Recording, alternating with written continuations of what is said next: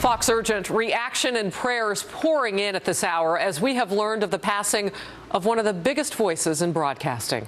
NFL legend and sports anchor Frank Gifford has died. We're told it was sudden and of natural causes. More on this breaking news story in moments. I'm Harris Faulkner. This is the Fox Report. We'll begin with a first look at how a few hours of television could change the trajectory of the Republican primary race.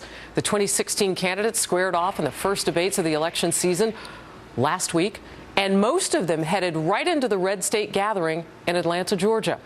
On this Sunday, many of them giving their own accounts of how the debates played out, some using one-on-one interviews to reinforce their campaign messages, others trading blows with their rivals.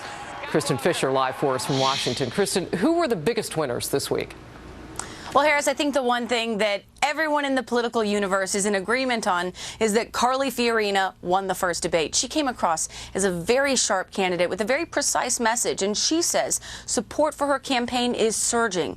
But with more support comes extra scrutiny, especially about her firing from Hewlett-Packard, where she was CEO. Here's how she handled it on Fox News Sunday.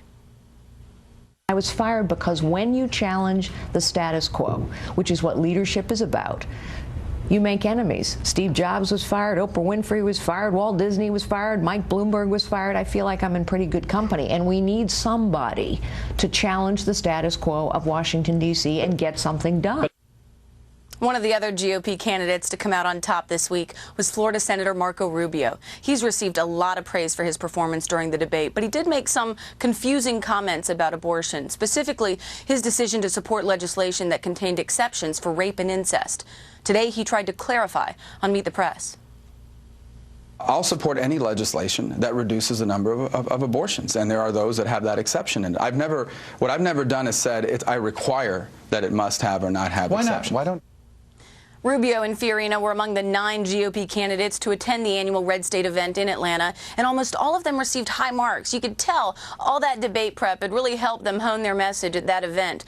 But there was one candidate noticeably missing, the elephant in the room, Donald Trump.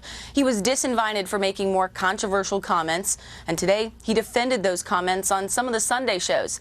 But he also maintains that he won the debate. Harris? Kristen, thank you very much. And in case you missed it or you'd like to watch it again, don't miss an encore edition of the primetime GOP presidential debate at 8 o'clock Eastern, right after we wrap up the Fox Report.